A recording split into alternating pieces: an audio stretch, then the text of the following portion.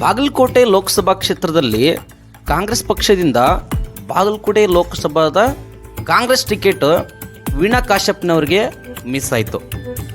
ಅಂಥ ಒಂದು ಸಮಯದಲ್ಲಿ ಕಾಂಗ್ರೆಸ್ ಪಕ್ಷದ ಮುಖ್ಯಮಂತ್ರಿಗಳು ಉಪಮುಖ್ಯಮಂತ್ರಿಗಳಾಗಿಯೂ ಕೂಡ ಕೆಲಸ ಮಾಡ್ತಿರುವಂಥ ಡಿ ಕೆ ಶಿ ಅವರು ಸಚಿವರುಗಳು ಆಕಾಂಕ್ಷಿಗಳಿಗೆ ಸಮಾಧಾನವನ್ನು ಹೇಳಿ ಉನ್ನತ ಮಟ್ಟದ ಸ್ಥಾನಮಾನ ನೀಡುವುದಾಗಿ ಭರವಸೆ ನೀಡಿದರು. ಇದೇ ಒಂದು ಬಾಗಲಕೋಟೆ ಲೋಕಸಭಾ ಕ್ಷೇತ್ರದಲ್ಲಿ ಹಾಲುಮತ ಕುರುಬ ಸಮುದಾಯದ ಶ್ರೀಮತಿ ರಕ್ಷಿತಾ ಭರತ್ ಕುಮಾರ್ ಇಟಿ ಅವರು ಕೂಡ ಅಲ್ಲಿ ಆಕಾಂಕ್ಷಿಯಾಗಿದ್ದರು. ಟಿಕೆಟ್ ಕೂಡ ಮಿಸ್ ಆಯಿತು. ಅವರನ್ನು ಕರೆದು ಅವರಿಗೆ ಸ್ಥಾನಮಾನ ನೀಡುವಂಥ ಒಂದು ಭರವಸೆ ಮಾತುಗಳನ್ನು ಕೂಡ ಇಲ್ಲಿ ಹೇಳಲಿಲ್ಲಲ್ಲ, ಇದು ಏಕೆ? ಅದೇ ಥರ ತುಮಕೂರು ಲೋಕಸಭಾ ಕ್ಷೇತ್ರದಿಂದ ನಿಕೇತ್ ರಾಜ್ ಮೌರ್ಯ, ದಾವಣಗೆರೆ ಲೋಕಸಭಾ ಕ್ಷೇತ್ರದಿಂದ ವಿನಯ್ ಕುಮಾರ್ ಅವರು ಇವರನ್ನು ಕರೆಸಿ ಮಾತನಾಡುವಂಥ ಸೌಜನ್ಯವನ್ನು ಯಾಕೆ ತೋರ್ತಾ ಇಲ್ಲ? ಸಮುದಾಯದಲ್ಲಿ ಸಂಘಟನೆ ಇಲ್ಲದೇ ಇದ್ದರೆ ಏನೇನಾಗುತ್ತೆ ಅನ್ನೋದಕ್ಕೆ ಜೀವಂತ ಸಾಕ್ಷಿ ನಮ್ಮ ಕಣ್ಮುಂದೆ ಕಾಣ್ತಾ ಇದೆ. ರಾಜ್ಯದಲ್ಲಿ ಚಿಕ್ಕೋಡಿ ಕ್ಷೇತ್ರದಲ್ಲಿ ಬಾಗಲಕೋಟೆ, ತುಮಕೂರು, ದಾವಣಗೆರೆ, ಮೈಸೂರು ಈ ಥರ ಅನೇಕ ಕ್ಷೇತ್ರದಲ್ಲಿ ಆಕಾಂಕ್ಷಿಗಳಾಗಿದ್ದರಲ್ಲ, ಇವರನ್ನು ಕರೆಸಿ ಅವರು ಮಾತನಾಡುವಂಥ ಸೌಜನ್ಯತೆ ಯಾಕೆ ತೋರ್ತಾ ಇಲ್ಲ? ಕುರುಬ ಸಮುದಾಯದ ಮತಗಳು ಬೇಕು, ಆದರೆ ಕುರುಬ ಸಮುದಾಯಕ್ಕೆ ಅಧಿಕಾರ ಬೇಡವಾ? ಕುರುಬ ಸಮುದಾಯಕ್ಕೆ ಸ್ಥಾನಮಾನ ಬೇಡವಾ? ಮತಗಳನ್ನು ಪಡಿಲಿಕ್ಕೆ ಮಾತ್ರ ಮತಗಳನ್ನು ಹಾಕ್ಲಿಕ್ಕೆ ಮಾತ್ರ ನಾವು ಸೀಮಿತವಾಗಿದ್ದೀವಿ ಕುರುಬ ಸಮುದಾಯ. ಬಿ ಜೆ ಪಿ ಅಂತ ಕೇಳೋದೇ ಬೇಡ ಬಿಡಿ. ಯಾಕೆ ಅಂತಂದರೆ ಕರ್ನಾಟಕದಲ್ಲಿ ಒಬ್ಬರಿಗೂ ಕೂಡ ಟಿಕೆಟ್ ಕೊಡ್ತಾ ಇಲ್ಲ. ಈ ಒಂದು ಲೋಕಸಭಾ ಚುನಾವಣೆಯಲ್ಲಿ ಕೊಡಲೇ ಇಲ್ಲ. ನಿಮಗೆಲ್ಲರಿಗೂ ಗೊತ್ತಿದೆ. ನಾ ಆ ಪಕ್ಷಕ್ಕೆ ಮತ ಹಾಕಿ ಈ ಪಕ್ಷಕ್ಕೆ ಮತ ಹಾಕಿ ಅಂತ ಯಾವತ್ತೂ ಹೇಳಿಲ್ಲ, ಹೇಳೋದು ಇಲ್ಲ. ನಮಗೆ ಪಕ್ಷ ಮುಖ್ಯ ಅಲ್ಲ, ಸಮುದಾಯ ಮುಖ್ಯ. ಸಮುದಾಯದ ವ್ಯಕ್ತಿ ಯಾವುದೇ ಒಂದು ಪಕ್ಷದಲ್ಲಿ ನಿಂತರೆ ಅವರಿಗೆ ಪಕ್ಷಾತೀತವಾಗಿ ಬೆಂಬಲಿಸಿ ಅಂತ ಹೇಳಿದ್ವಿ ನಾವು. ಆದರೆ ಬಿ ಜೆ ಪಿ ಪಕ್ಷದಲ್ಲಿ ಒಬ್ರಿಗೂ ಕೊಟ್ಟಿಲ್ಲ. JDS ಅಂತಕ್ಕೂ ನಿಮ್ಗೆ ಗೊತ್ತಿದೆ, ಮಾತೇ ಬೇಡ. ಇನ್ನು ಕಾಂಗ್ರೆಸ್ ಪಕ್ಷದಲ್ಲಿ ಇಬ್ಬರಿಗೆ ಟಿಕೆಟ್ ಕೊಟ್ಟಿದ್ದಾರೆ, ಕೊಪ್ಪಳ ಮತ್ತು ಧಾರವಾಡ. ಕೊಪ್ಪಳದಿಂದ ರಾಜಶೇಖರ್ ಇಟ್ನಾಳ್ ಅವರಿಗೆ, ಧಾರವಾಡ ಲೋಕಸಭಾ ಕ್ಷೇತ್ರದಿಂದ ಶ್ರೀ ವಿನೋದ್ ಅಸೂಟಿ ಅವರಿಗೆ, ಇವರಿಗಿಬ್ಬರಿಗೆ ಕೊಟ್ಟಿದ್ದಾರೆ. ಆದರೆ ಟಿಕೆಟ್ ವಂಚಿತ ಕುರುಬ ಸಮುದಾಯದ ಆಕಾಂಕ್ಷಿಗಳನ್ನು ಕರೆದು ಮಾತನಾಡುವಂಥ ಸೌಜನ್ಯತೆ ಹೈಕಮಾಂಡ್ಗೆ ಇಲ್ವಾ? ಯಾಕೆ ಅಂತಂದರೆ ಅದೇ ಬಾಗಲಕೋಟೆ ಲೋಕಸಭಾ ಕ್ಷೇತ್ರದಲ್ಲಿ ವೀಣಾ ಕಾಶ್ಯಪ್ನವರು ಟಿಕೆಟ್ ವಂಚಿತರಾದಂಥ ಸಮಯದಲ್ಲಿ ಅವರಿಗೆ ಸಾಕಷ್ಟು ಒಂದು ಸಭೆ ಮುಖಾಂತರ ಮನವೊಲಿಸುವಂಥ ಕೆಲಸ ಮಾಡ್ತಾರೆ, ಅವರಿಗೆ ಸ್ಥಾನಮಾನದ ಭರವಸೆ ನೀಡ್ತಾರೆ. ಅದೇ ಒಂದು ಭರವಸೆ ನಮ್ಮ ಸಮುದಾಯದವ್ರಿಗೆ ಯಾಕೆ ನೀಡಲಿಲ್ಲ ಅಂತ ಕೇಳ್ತಾ ಇದ್ದೀವಿ ನಾವು. BJP ಪಕ್ಷದಲ್ಲಿ ಈಶ್ವರಪ್ಪರವರಿಗೆ ಸಾಕಷ್ಟು ಸ್ಥಾನಮಾನ ನೀಡ್ತೀವಿ ಅಂತೇಳಿ ಭರವಸೆ ನೀಡಿದರು. ಆದರೆ ಈಶ್ವರಪ್ಪನವರು ಸ್ವತಂತ್ರವಾಗಿ ಸ್ಪರ್ಧೆ ಮಾಡಲಿಕ್ಕೆ ಗಟ್ಟಿಯಾಗಿದ್ದಾರೆ. ಅವ್ರ ಮಗನಿಗೆ ಟಿಕೆಟ್ ಕೊಡ್ತೀನಿ ಅಂದರು, ಕರೆಸಿ ಮಾತನಾಡುವಂಥ ಒಂದು ಸೌಜನ್ಯತೆ ತೋರಿಸಿದರು BJP ಅವರು, ಇಲ್ಲ ಅಂತ ಹೇಳೋದಲ್ಲ. ಅದೇ ಒಂದು ಸೌಜನ್ಯತೆಯನ್ನು ಬಾಗಲಕೋಟೆ ಲೋಕಸಭಾ ಕ್ಷೇತ್ರದ ಆಕಾಂಕ್ಷಿಯಾಗಿದ್ದರು ವೀರಣ್ಣ ಹಳೇಗೌಡರು, ಅವರಿಗೆ ಯಾಕೆ ತೋರಲಿಲ್ಲ?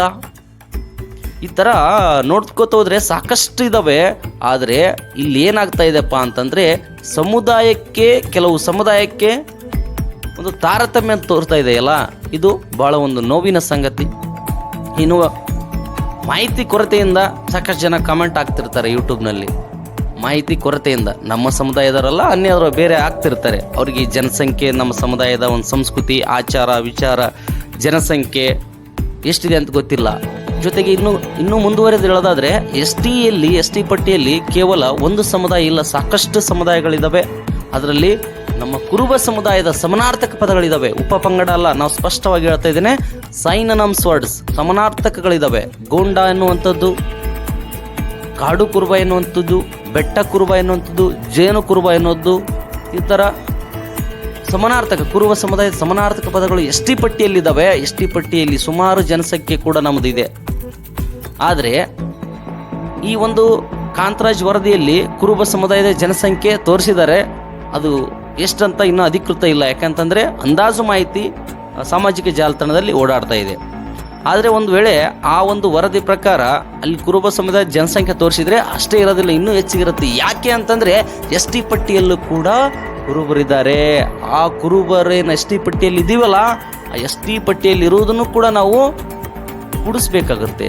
ಜನಸಂಖ್ಯೆಯ ಪ್ರಮಾಣ ಹೆಚ್ಚಳ ಇದೆ, ಇದನ್ನು ನಾವು ಗಮನಿಸಬೇಕಾದಂಥ ಒಂದು ಮಾಹಿತಿ. ಇದು ನಮ್ಮ ಸಮುದಾಯದ ಪ್ರತಿಯೊಬ್ಬರು ತಿಳ್ಕೊಳ್ಬೇಕಾದಂಥ ಮಾಹಿತಿ.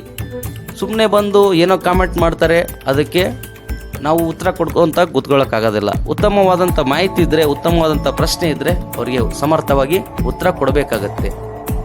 ಮತ್ತು ಹೇಳ್ತಾರೆ ಕೆಲವರು ಅಹಿಂದ ಅಂತೇಳಿ ಕುರುಬರು ಮುಂದೆ ಹೋಗ್ತಾ ಇದ್ದಾರೆ. ಯಾರು ಹೋಗ್ತಾ ಇರೋದು? ಯಾರು ಹೋಗಿದ್ದಾರೆ? ಸಿದ್ದರಾಮಯ್ಯನವರು ಮುಖ್ಯಮಂತ್ರಿ ಆಗಿದ್ದಾರೆ, ಇಲ್ಲ ಅಂತೇಳಿಲ್ಲ. ಅಹಿಂದ ಸಮುದಾಯಗಳ ಪ್ರತಿನಿಧಿಯಾಗಿದ್ದಾರೆ ಕುರುಬ ಸಮುದಾಯ ಅನ್ನೋದಕ್ಕಿಂತ. ಯಾಕೆಂದರೆ ಅವ್ರು ಕುರುಬ ಸಮುದಾಯಕ್ಕೆ ಸೀಮಿತ ಅಲ್ಲ, ಎಲ್ಲ ವರ್ಗಗಳನ್ನು ಮುನ್ನಡೆಸ್ತಾ ಇದ್ದಾರೆ, ಅವರಿಗೆ ಸಾಮಾಜಿಕ ನ್ಯಾಯವನ್ನು ಕೊಟ್ಟಿದ್ದಾರೆ. ಆದರೆ ಕುರುಬ ಸಮುದಾಯಕ್ಕೆ ಇನ್ನೂ ನಿರೀಕ್ಷಿತ ಪ್ರಮಾಣದಲ್ಲಿ ನ್ಯಾಯ ಸಿಕ್ಕಿಲ್ಲ. ಯಾಕಂದರೆ ನಮ್ಮ ಜನಸಂಖ್ಯೆ ಆಧಾರದ ಮೇಲೆ ಶಾಸಕರಾಗಿಲ್ಲ, ಕಡಿಮೆ ಇದ್ದೇವೆ. ಇನ್ನು ರಾಜ್ಯಸಭಾ ಸದಸ್ಯರು ಒಬ್ಬರು ಕೂಡ ಇಲ್ಲ, ರಾಜ್ಯಸಭಾ ಸದಸ್ಯರು ಒಬ್ಬರು ಇಲ್ಲ. ಕುರುಬರು 2 ಪಕ್ಷದಲ್ಲಿ 3 ಪಕ್ಷದಲ್ಲಿ ಯಾರು ಕೂಡ ಒಬ್ಬರು ಇಲ್ಲ. ಇದನ್ನು ಅರ್ಥ ಮಾಡ್ಕೊಳ್ಬೇಕು. ಸುಮ್ಮನೆ ಬಂದು ಏನೋ ಕಾಮೆಂಟ್ ಹಾಕಿ ಹೋಗೋದಲ್ಲ. ಮತ್ತು ಈಗ ಬೇರೆ ಬೇರೆ ಸಮುದಾಯಗಳ ಅಹಿಂದ ಪ್ರತಿನಿಧಿಯಾಗಿ ಸಿದ್ದರಾಮಯ್ಯನವರು ಏನು ಮುಖ್ಯಮಂತ್ರಿ ಆಗಿದ್ದಾರಲ್ಲ, ಅವ್ರಿಗೆಲ್ಲರಿಗೂ ನ್ಯಾಯ ಸಿಕ್ಕಿದೆ. ಆದರೆ ಅಹಿಂದದ ಮತ ಬ್ಯಾಂಕ್ ಇದೆಯಲ್ಲ, ಅಹಿಂದದಲ್ಲಿ ಅತಿ ಹೆಚ್ಚು ಹಿಂದುಳಿದಿರೋದೇ ಕುರುಬ ಸಮುದಾಯ. ಉಳಿದ ಎಲ್ಲ ಸ್ಥಾನಮಾನ ಸಿಕ್ಕಿವೆ. ಉದಾಹರಣೆ, ಎಸ್.ಟಿ ರಿಸರ್ವೇಷನ್ ಕ್ಷೇತ್ರಗಳು ಕರ್ನಾಟಕದಲ್ಲಿ 2 ಇದ್ದಾವೆ. ಅದ್ರ ಜೊತೆಗೆ ಹೆಚ್ಚುವರಿಯಾಗಿ ಒಬ್ಬರಿಗೆ ಟಿಕೆಟ್ ಕೊಟ್ಟರು. ಚಿಕ್ಕೋಡಿನಲ್ಲಿ ಪ್ರಿಯಾಂಕ್ ಜಾರಕಿಹೊಳಿಗೆ ಕೊಟ್ಟಿದ್ದಾರೆ. ಆ ಸಮುದಾಯಕ್ಕೆ 3 ಟಿಕೆಟ್. ಅವರಿಗಿಂತ ಜಾಸ್ತಿ ಇರುವಂಥ ನಮ್ಮ ಸಮುದಾಯಕ್ಕೆ ಕೇವಲ 2 ಟಿಕೆಟ್. ಅವ್ರಿಗೆ ಕೊಟ್ಟಿರೋದು ತಪ್ಪು ಅಂತ ಹೇಳ್ತಾ ಇಲ್ಲ, ಆದರೆ ಅವ್ರಿಗೆ ಕೊಟ್ಟಿರುವಂಥ ಸಾಮಾಜಿಕ ನ್ಯಾಯ ನಮಗೆ ಯಾಕೆ ಕೊಡ್ತಾ ಇಲ್ಲ ಅಂತ ನಾವು ಕೇಳ್ತಿರೋದು ಅಷ್ಟೇ. ಸಮುದಾಯದ ಹಿರಿಯ ನಾಯಕರಾದಂಥ ಶ್ರೀ ಸಿದ್ದರಾಮಯ್ಯನವರು ಮತ್ತು ಶ್ರೀ ಎಚ್.ಎಂ. ರೇವಣ್ಣನವರು ಇವರುಗಳಿಗೆ, ಅಂದರೆ ನಮ್ಮ ಸಮುದಾಯದಿಂದ ಆಕಾಂಕ್ಷಿಯಾಗಿದ್ದರೂ ಅವ್ರ ಟಿಕೆಟ್ ಸಿಕ್ಕಿಲ್ಲಲ್ಲ, ಅವರನ್ನು ಕರೆದು ಮಾತನಾಡಿಸಿ ಅವರಿಗೆ ಒಂದು ಸ್ಥಾನಮಾನ ಅಧಿಕಾರ ನೀಡುವ ಒಂದು ಭರವಸೆ ಆದರೂ ನೀಡಬೇಕಾಗಿತ್ತು. ಯಾಕೆ ನೀಡಬೇಕಾಗಿತ್ತು ಅಂತಂದರೆ, ಈಗಾಗಲೇ ಇವರು ತಮ್ಮ ಸ್ವಂತ ಹಣದಿಂದ ಪಕ್ಷದಲ್ಲಿ ಸಾಕಷ್ಟು ಓಡಾಟ ಮಾಡಿ, ಖರ್ಚು ಮಾಡಿ ಕೆಲಸ ಮಾಡಿದ್ದಾರೆ, ಪಕ್ಷ ಸಂಘಟನೆ ಮಾಡಿದ್ದಾರೆ. ಅವರಿಗೆ ಒಂದು ಸ್ಥಾನಮಾನವನ್ನು ನೀಡುವ ಒಂದು ಭರವಸೆ ಆದರೂ ನೀಡಬೇಕಾಗಿತ್ತು. ಈಗಲೂ ಕೂಡ ಕಾಲ ಮಿಂಚಿಲ್ಲ. ಅವರನ್ನು ಕರೆದು ಮಾತನಾಡಿಸಿ ಸೌಜನ್ಯತೆಯಿಂದ ಅವರಿಗೆ ಏನಾದರೂ ಒಂದು ಭರವಸೆ ನೀಡಿ, ಭರವಸೆ ಅನ್ನೋದಕ್ಕಿಂತ ಅವರಿಗೆ ಒಂದು ಸ್ಥಾನಮಾನ ಕಲ್ಪಿಸಬೇಕಂತ ಈ ಮೂಲಕ ನಾವು ಕೇಳಿಕೊಳ್ತೇವೆ. ಎಲ್ಲರಿಗೂ ನಮಸ್ಕಾರ, ಧನ್ಯವಾದಗಳು.